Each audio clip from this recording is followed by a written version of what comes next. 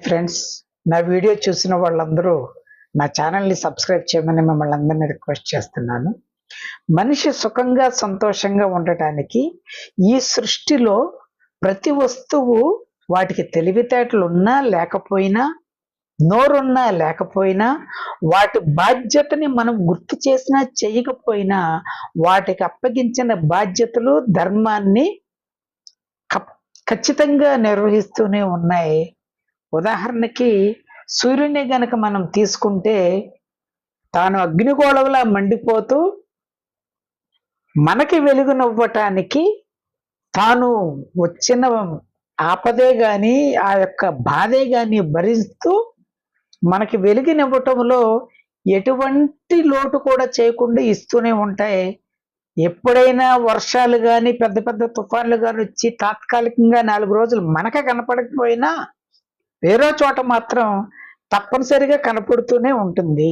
అది నిత్యం మనకి వెలుగునిచ్చే ఒక యంత్రమే అనండి, లేకపోతే సృష్టి మనకు కలిగించిన అదృష్టమే అనండి, లేకపోతే దైవమే అనండి.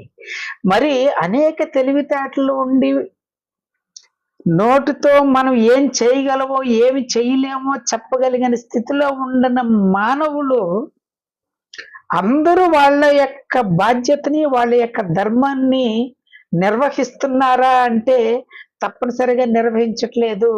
దానికి నిదర్శనమే అనేక మంది ఈరోజు బాధలు, కష్టాలు, డిప్రెషన్, యాంగ్జైటీ అని రకరకాల పేర్లు పెట్టుకొని ఒకే రకమైన పేరుకి అనేకమైన పేర్లు పెట్టుకొని బాధపడటానికి కారణం ఏంటంటే వాళ్ళ బాధ్యతను వాళ్ళు గుర్తు చేయకపోవటం, ఆ బాధ్యత నెరవేర్చే క్రమంలో ఎదురయ్యే ఆటుపోట్లని తట్టుకోలేక మన హ్యాండ్స్ అప్ చేసేయటం, అలాగే సమస్యనే గుర్తించి సమస్యనే ఆలోచిస్తూ సమస్యకి పరిష్కారం ఆలోచించకుండా జీవితాన్ని నిత్యం ఆ యొక్క సూర్యుడి యొక్క కుంపటిలో పడి ఎలాగైతే మలమల మాడిపోతామో అలా మాడిపోయి మసి అయిపోయే అనేక మంది కోసం వాటి నుంచి ఎలా బయటికి రావాలి, మన బాధ్యతను మనం ఎలా నెరవేర్చి పరిపూర్ణ వ్యక్తిగా తయారవ్వాలని ఒక వీడియో చేసి డిస్క్రిప్షన్లో పెట్టాను.